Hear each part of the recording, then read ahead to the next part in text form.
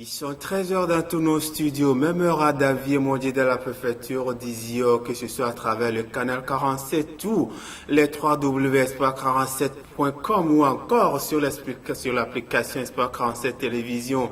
Vous êtes en direct et à l'heure du journal.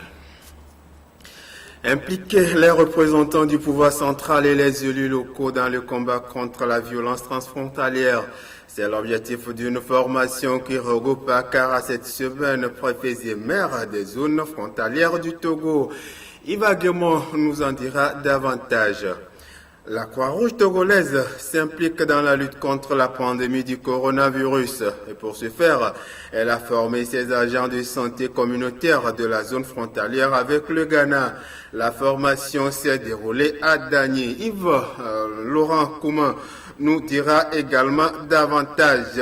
Et en fin d'édition, nous aurons les causes des conflits entre cohabitants et les pistes éventuelles pour les éviter, un sujet de Ninam Ayam.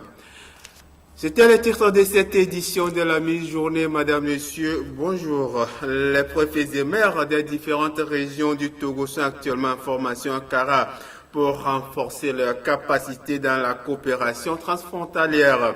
L'objectif est de les impliquer davantage dans le combat contre l'insécurité aux frontières. Yves Guémon, notre correspondant dans la région de la Kara, nous fait le point.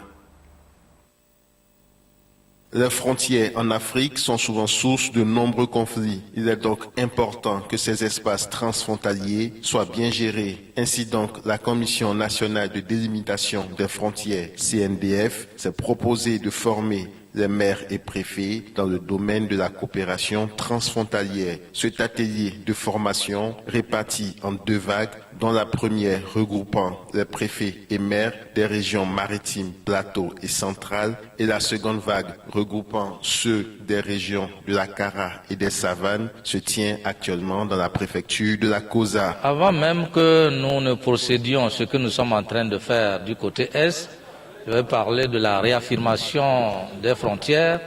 Il faut bien qu'on s'occupe donc de ces zones frontalières. S'occuper de ces zones frontalières avant la réaffirmation, c'est qu'il faut que les gens qui y vivent sachent qu'ils ne sont pas laissés pour compte et qu'il faut planifier des activités, faire en sorte que ce qu'on appelle la coopération transfrontalière soit quelque chose de très vivant.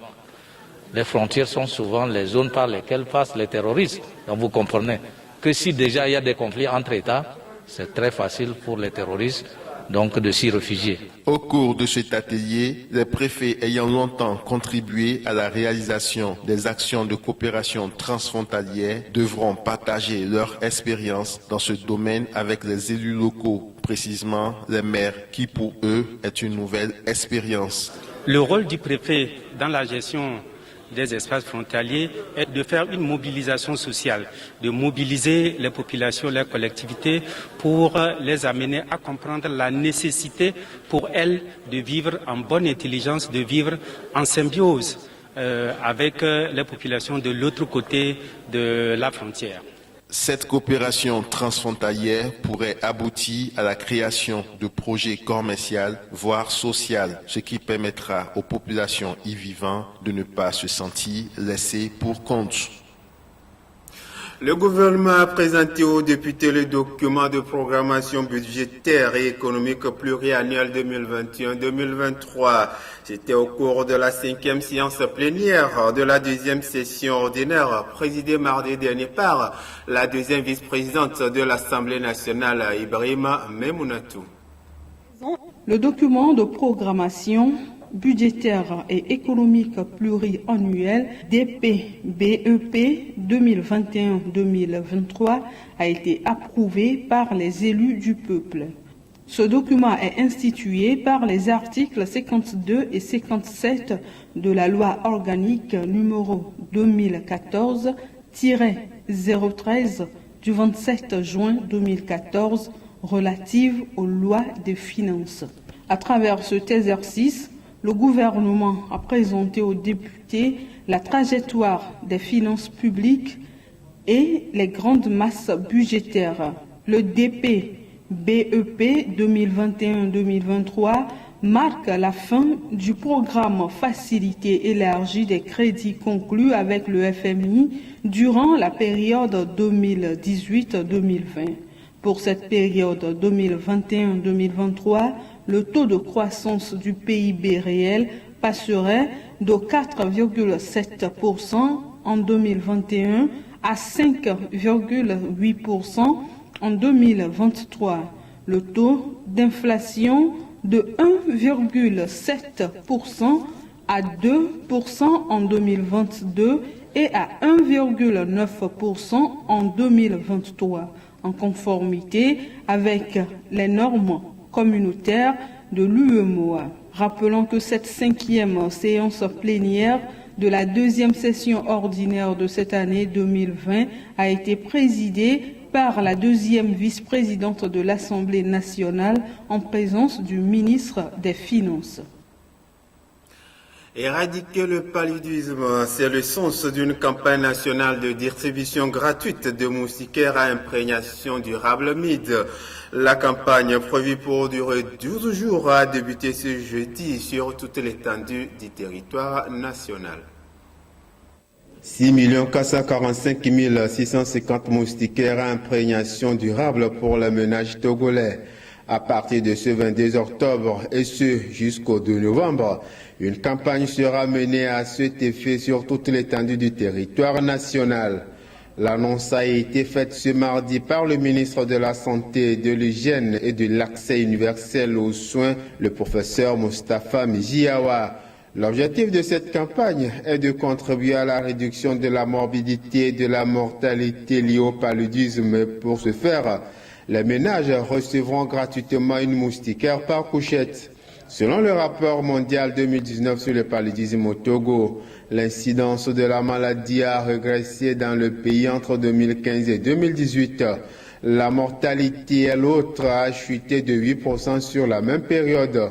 Le taux de décès, quant à lui, est passé de 3,1% en 2011 à 2,4% en 2018 chez les adultes et de 6,5% à 3,5% chez les enfants de moins de 5 ans.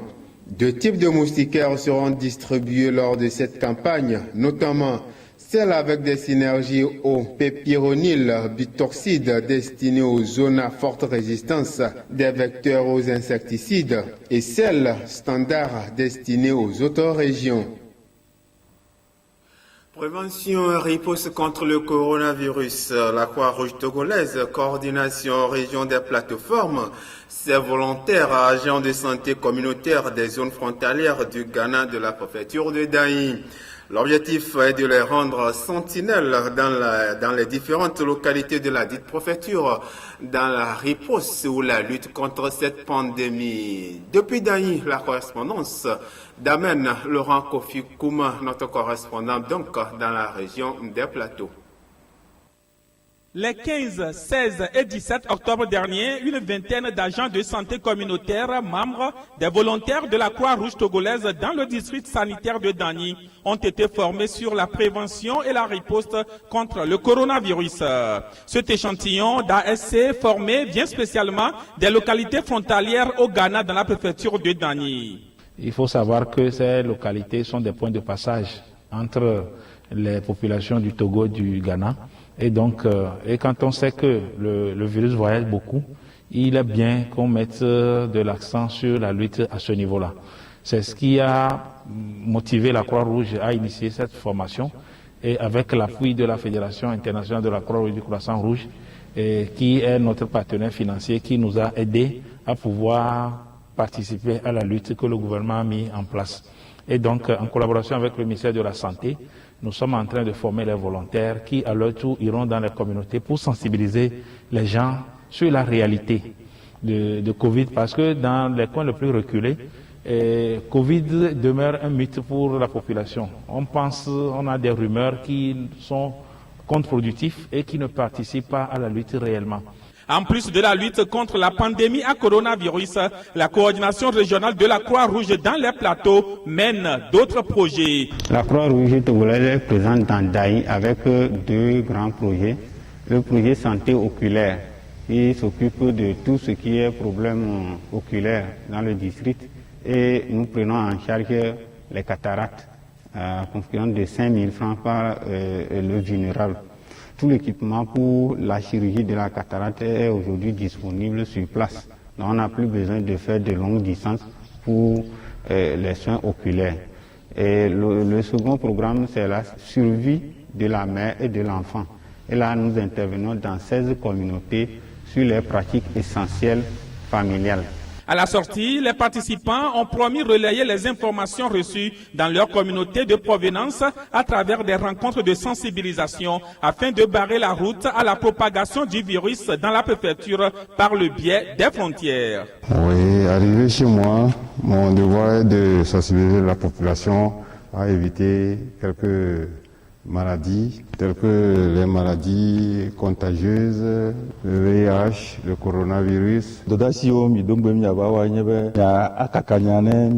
Arrivés dans nos communautés, nous allons sensibiliser les populations à respecter les mesures barrières afin de barrer la route au coronavirus et aux autres maladies pour qu'elles ne soient pas contaminées.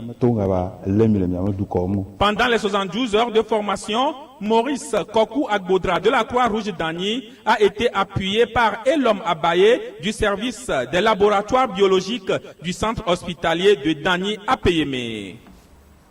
La lutte contre le coronavirus est une affaire de tous, donc pour la situation dans notre pays. Hier, le Togo donc a enregistré 16 cas positifs, ce qui ramène le nombre total de cas positifs depuis l'enregistrement du premier cas à 2120 cas confirmés, 16 nouveaux guéris, 16 nouveaux guéris, donc ce qui ramène le nombre total de guéris à 1501 cas, 508 cas actifs, ceux qui font donc maladie et 58 décès. La dernière mise à jour, c'était hier à 19h13.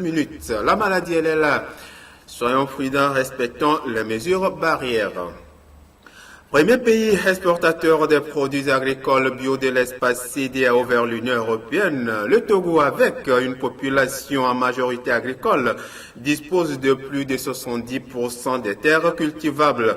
Un avantage donc pour les agents de santé ou des agriculteurs, bien évidemment. Si certaines zones sont relativement pauvres en oligo-éléments pour permettre un bon rendement, l'apport des fertilisants, surtout bio, tels que les composts, répond bien aux besoins des sols. C'est le cas à Kpenzinde, dans la préfecture de la Koza, plus précisément dans la ferme ASG. Nul ne peut à ce jour ignorer la valeur d'un exploitant agricole. Et selon un dicton des habitants de la région septentrionale, le cultivateur porte sur sa hanche le peuple togolais. Nous sommes ainsi allés à la découverte d'une ferme de production biologique des produits maraîchers dans la région de l'Akara, plus précisément dans le canton de Kpenzinde, dans la préfecture de la Koza. Ici, la ferme de Asemaro Sando Nyasingbe s'étend sur une superficie de 10 hectares.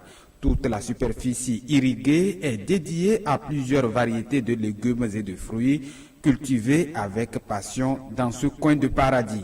Dans la ferme, nous avons les produits phares comme la tomate,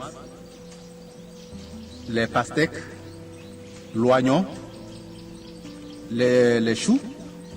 Nous avons le maïs doux, les concombres et un peu du tout. La ferme a opté pour la production biologique. Donc de telle sorte que nous avons carrément une partie où nous mettons uniquement que le compostage, les fientes et tout ce qui est organique. Et quand vous prenez le produit, vous mettez en même temps la différence. Sur le système de conservation, vous allez voir que si vous apportez le produit pour aller conserver, vous vous rendez compte que les produits biologiques sont plus conservés. Ça veut dire qu'on peut les conserver au moins à un moment. Vous savez que les légumes et les fruits, c'est des denrées périssables. Mais néanmoins, vous pouvez faire un mois avec un produit étalé chez vous à la maison. Ici, la particularité est la culture des produits contre saison. Les oignons et les pastèques restent une innovation dans cette région.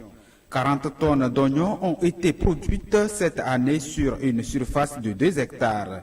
Des résultats satisfaisants qui résultent de la maîtrise des itinéraires techniques en maraîchage, le système d'irrigation, du compost, de gestion du travail, de gestion administrative et financière.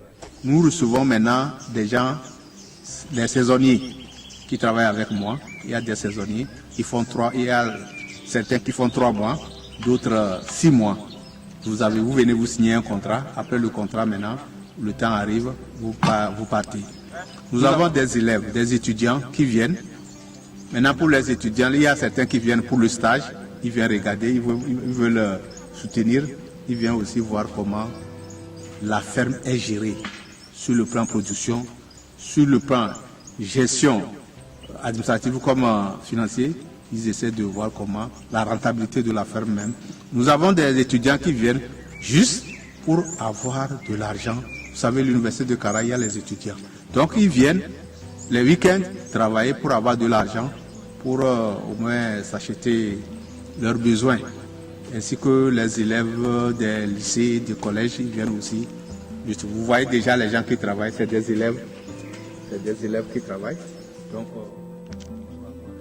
à noter surtout que la vitalité et le potentiel de nombreuses fermes sont étroitement liés à la présence d'un secteur agroalimentaire compétitif et dynamique, attirant ainsi bien les jeunes agriculteurs que les consommateurs.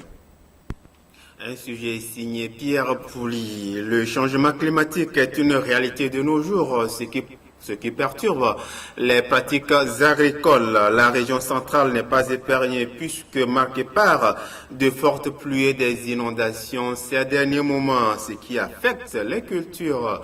Jérémy Kobilé, depuis Sokodé, nous fait le point. Nous tendons vers la fin de la saison pluvieuse ici dans la région centrale. Et bientôt, c'est les récoltes. Une saison marquée par des pluies battantes, même voire les inondations, et cela a affecté les cultures. Cette année, par rapport aux cultures du champ, vraiment dans ma préfecture de Sotoua, enfin, nous avons eu un peu trop de l'eau. Donc ça fait que certaines céréales n'ont pas pu donner.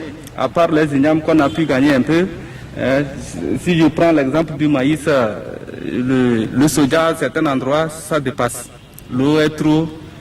Malgré les aléas climatiques, comparativement à l'année dernière, ils ont obtenu un résultat. Cette année, c'est encore mieux par rapport à l'année passée, parce que l'année passée, on avait problème d'haricots. L'eau avait aussi dérangé au moment des récoltes de l'haricot. Cette année, je peux dire que pour le moment, on peut dire que cette année est mieux, un peu mieux par rapport à l'année dernière. Les paysans demandent au gouvernement de revoir le marché. Pour les paysans, les cultivateurs plutôt, lorsqu'on apporte les céréales au marché, il y a un point vraiment qui nous gêne, et que c'est quoi?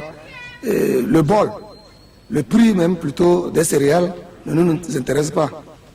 Et parce que c'est moi qui cultive. Et j'amène les choses et que c'est les acheteurs, les revendeurs, ou bien les acheteurs là, qui fixent maintenant leur prix à leurs choses. Et avec leur bol aussi, ça ne passe pas. Je pense que vraiment, là-bas, il faut que le gouvernement aussi essaie de voir ce cas. Je peux dire que le gouvernement ne nous aide pas concrètement par rapport à l'engrais. Sinon, moi-même, si je vous dis que j'ai pu trouver l'engrais cette année, je vous ai menti. Je n'ai pas eu de l'argent pour acheter de l'engrais vraiment par rapport à leur prix là. Moi ça m'a dépassé. Je ne suis qu'un simple cultivateur, donc je n'ai pas pu vraiment trouver l'argent pour acheter l'engrais. Si le gouvernement pouvait par ailleurs nous diminuer un peu le prix de l'engrais, ça allait être bien. Pour leur faciliter la saison prochaine, ces paysans adressent une demande au gouvernement. La saison prochaine, nous demandons au gouvernement de faire un effort pour nous diminuer tout simplement le prix de l'engrais, c'est tout. C'est tout ce que nous voulons. Il est à noter qu'aujourd'hui, le Togo remonte ses pentes à travers l'agriculture. Le gouvernement, pour sa part, doit continuer sans cesse de soutenir les paysans pour accroître le rendement. La bonne ambiance n'est pas souvent la chose la mieux partagée dans les maisons de location. Des conflits éclatent souvent ou presque entre les locataires. Des conflits qui amènent souvent des mésententes dans des maisons. Plusieurs raisons sont à l'origine de ces conflits. Et Nina Mayam nous explique davantage. La majorité de la population togolaise résidant dans les grandes villes vit en cohabitation où toute la maisonnée partage certaines choses. Parfois, des conflits peuvent éclater et envenimer la relation entre cohabitants. Des conflits provenant des raisons diverses. D'habitude, c'est les femmes et des enfants qui amènent des problèmes dans la maison. Tu es un jeune homme, tu sors, tu es parti pour aller chercher, pour ramener à la maison. Arrivé, ton voisin te dit que ton enfant a tapé son enfant. Ou bien les femmes qui aiment trop parler, les femmes. Le plus souvent, les locataires eux-mêmes là. Les garçons ne sont pas dedans. Parce que quand ils sortent, ils partent pour chercher de l'argent. C'est les femmes entre eux. Tu vas voir, une femme va sortir, elle ne salue pas la voisine.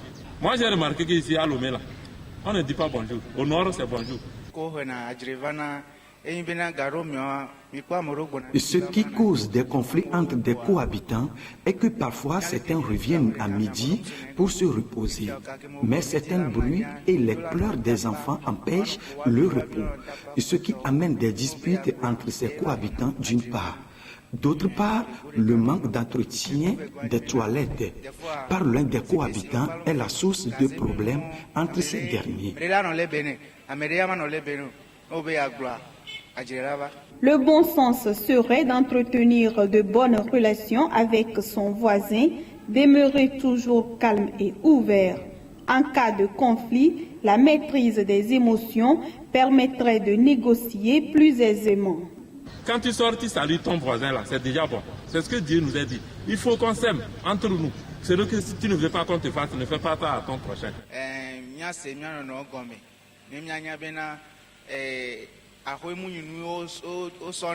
Et pour le bon vivre dans la maison, au cas où une mésentente s'installait, une partie peut convoquer son cohabitant auprès du propriétaire de maison pour mieux régler le différend. Ce n'est pas du tout bien d'être en conflit avec ton cohabitant, car l'on ne sait pas qui pourra te sauver quand tu seras confronté à un problème. C'est bon de vivre en parfaite harmonie avec ses voisins. Au Togo, l'État ne gère pas pour le moment les loyers.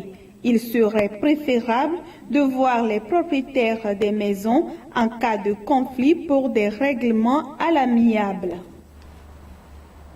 Les bonnes choses ont une fin, les mauvaises en ont également une. Alors, soyez résilients au cours de la vie.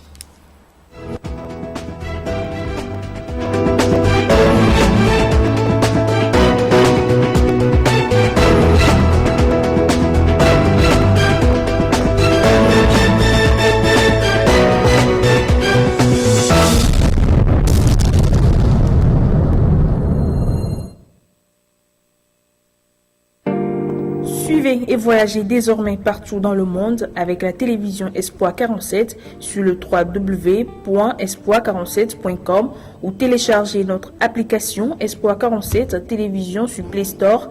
Installez-la sur votre téléphone et avec un